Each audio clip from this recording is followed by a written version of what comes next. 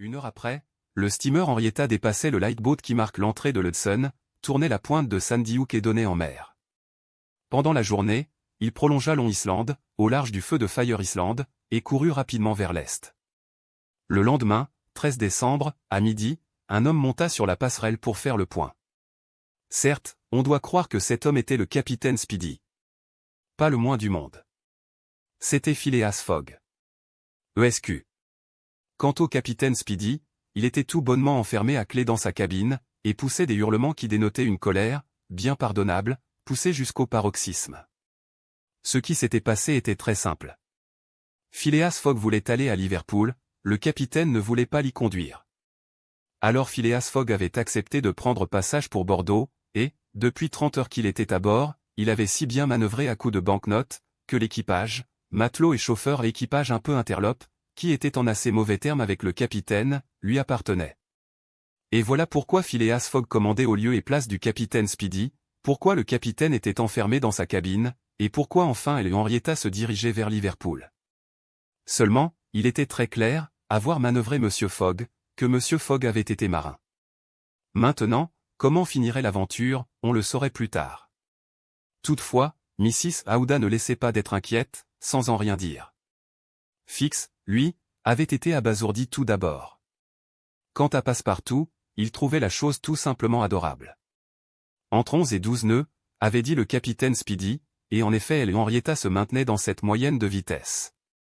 Si donc si donc la mer ne devenait pas trop mauvaise, si le vent ne sautait pas dans l'est, s'il ne survenait aucune avarie au bâtiment, aucun accident à la machine, elle et Henrietta, dans les 9 jours comptés du 12 décembre au 21, pouvaient franchir les 3000 milles qui séparent New York de Liverpool. Il est vrai qu'une fois arrivé, l'affaire de elle et Henrietta brochant sur l'affaire de la banque, cela pouvait mener le gentleman un peu plus loin qu'il ne voudrait.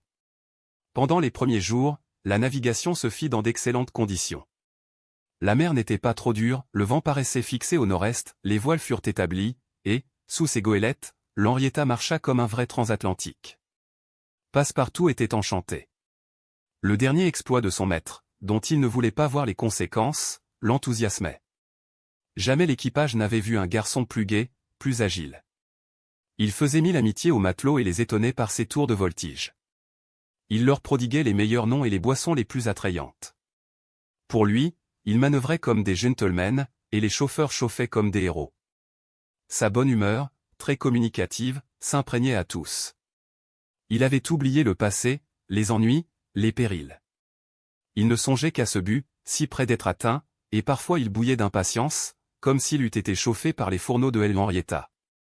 Souvent aussi, le digne garçon tournait autour de Fix, il le regardait d'un œil, qui en disait long.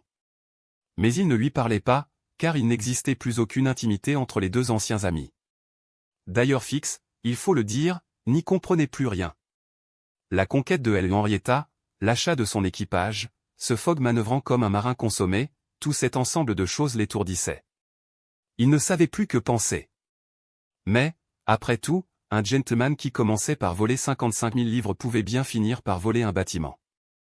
Et Fix fut naturellement amené à croire que Henrietta, dirigée par Fogg, n'allait point du tout à Liverpool, mais dans quelque point du monde où le voleur, devenu pirate, se mettrait tranquillement en sûreté. Cette hypothèse, il faut bien l'avouer, était on ne peut plus plausible, et le détective commençait à regretter très sérieusement de s'être embarqué dans cette affaire. Quant au capitaine Speedy, il continuait à hurler dans sa cabine, et Passepartout, chargé de pourvoir à sa nourriture, ne le faisait qu'en prenant les plus grandes précautions, quelque vigoureux qu'il fût. Monsieur Fogg, lui, n'avait plus même l'air de se douter qu'il y eût un capitaine à bord. Le 13, on passe sur la queue du banc de Terre-Neuve. Ce sont là de mauvais parages. Pendant l'hiver surtout, les brumies sont fréquentes, les coups de vent redoutables. Depuis la veille, le baromètre, brusquement abaissé, faisait pressentir un changement prochain dans l'atmosphère. En effet, pendant la nuit, la température se modifia, le froid devint plus vif, et en même temps le vent sauta dans le sud-est. C'était un contretemps. Monsieur Fogg, afin de ne point s'écarter de sa route, dut serrer ses voiles et forcer de vapeur. Néanmoins, la marche du navire fut ralentie, attendu l'état de la mer, dont les longues lames brisaient contre son étrave. Il éprouva des mouvements de tangage très violents, et cela au détriment de sa vitesse. La brise tournait peu à peu à l'ouragan, et l'on prévoyait déjà le cas où Henrietta ne pourrait plus se maintenir debout à la lame. Or, s'il fallait fuir, c'était l'inconnu avec toutes ses mauvaises chances.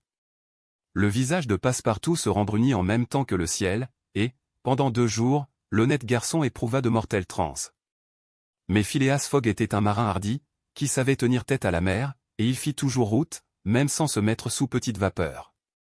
Henrietta, quand elle ne pouvait s'élever à la lame, passait au travers, et son pont était balayé en grand, mais elle passait.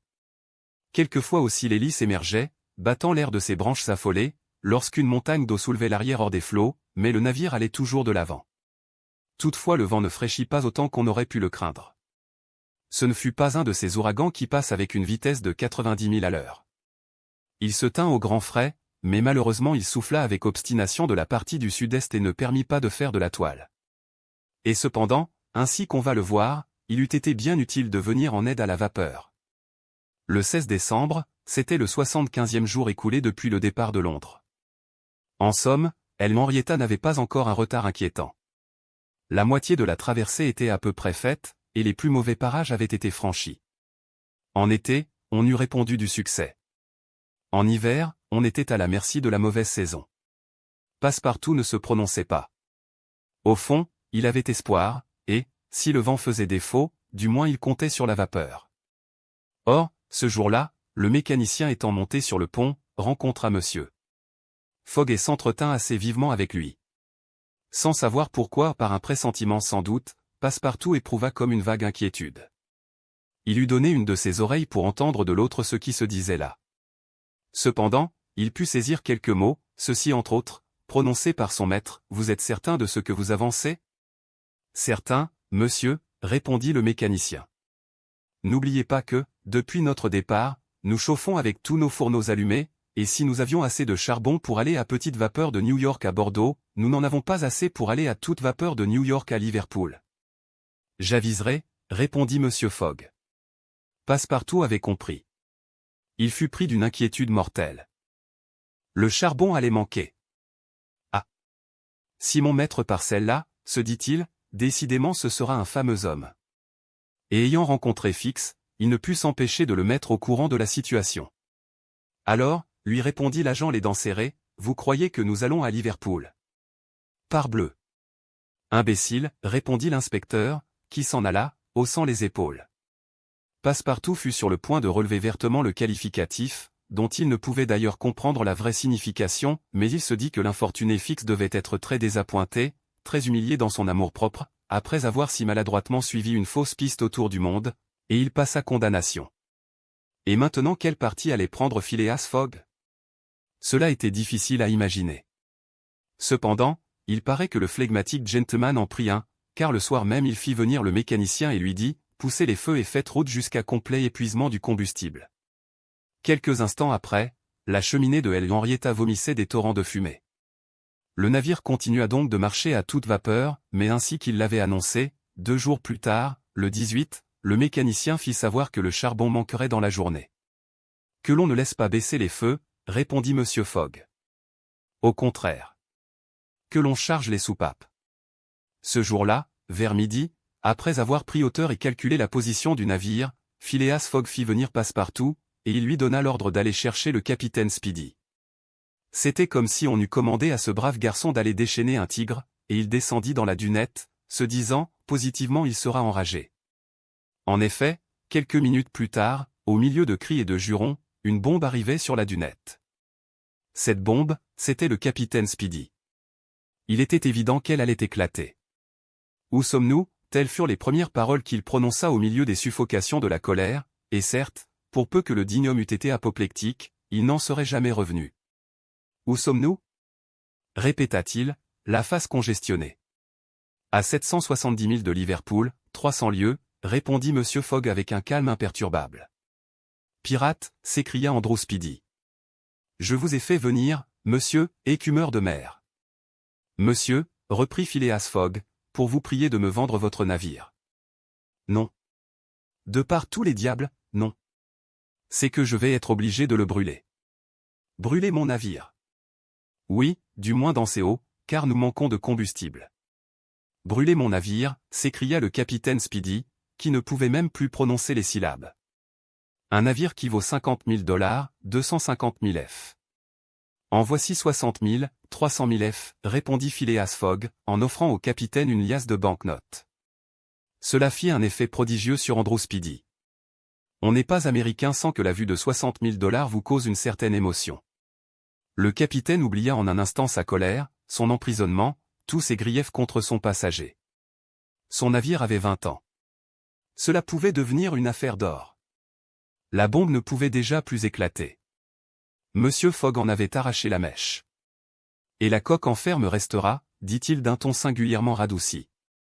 La coque en fer et la machine, monsieur. Est-ce conclu? Conclu. Et Andrew Speedy, saisissant la liasse de banknotes, les compta et les fit disparaître dans sa poche. Pendant cette scène, Passepartout était blanc. Quant à Fix, il faillit avoir un coup de sang. Près de 20 000 livres dépensés, et encore ce Fogg qui abandonnait à son vendeur la coque et la machine, c'est-à-dire presque la valeur totale du navire. Il est vrai que la somme volée à la banque s'élevait à 55 000 livres. Quand Andrew Speedy eut empoché l'argent, monsieur, lui dit monsieur Fogg, que tout ceci ne vous étonne pas. Sachez que je perds 20 000 livres, si je ne suis pas rendu à Londres le 21 décembre, à 8h45 du soir. Or, j'avais manqué le paquebot de New York, et comme vous refusiez de me conduire à Liverpool, et j'ai bien fait, par les 50 000 diables de l'enfer, s'écria Andrew Speedy, puisque j'y gagne au moins 40 000 $.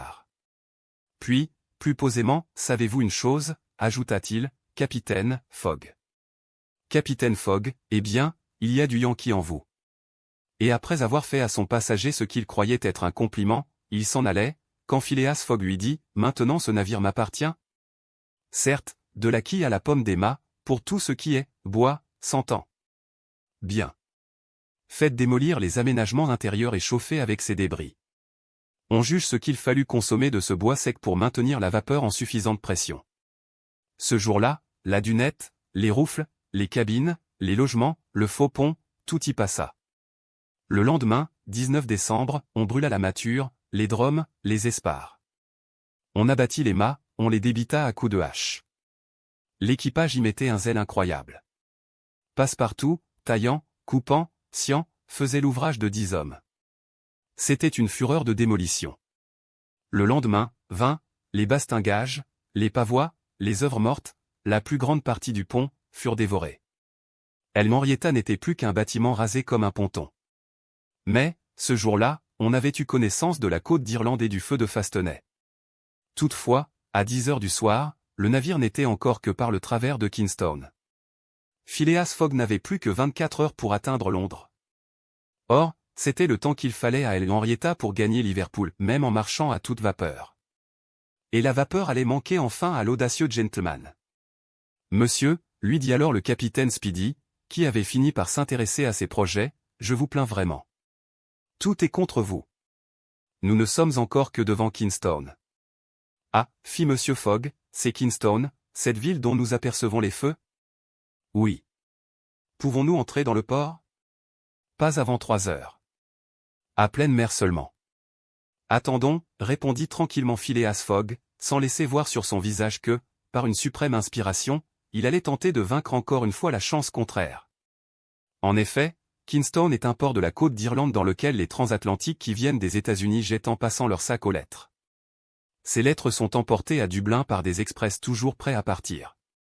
De Dublin elles arrivent à Liverpool par des steamers de grande vitesse, devançant ainsi de 12 heures les marcheurs les plus rapides des compagnies maritimes.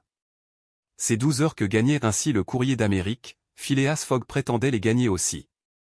Au lieu d'arriver sur El Henrietta, le lendemain soir, à Liverpool, il y serait à midi, et, par conséquent, il aurait le temps d'être à Londres avant 8h45 du soir.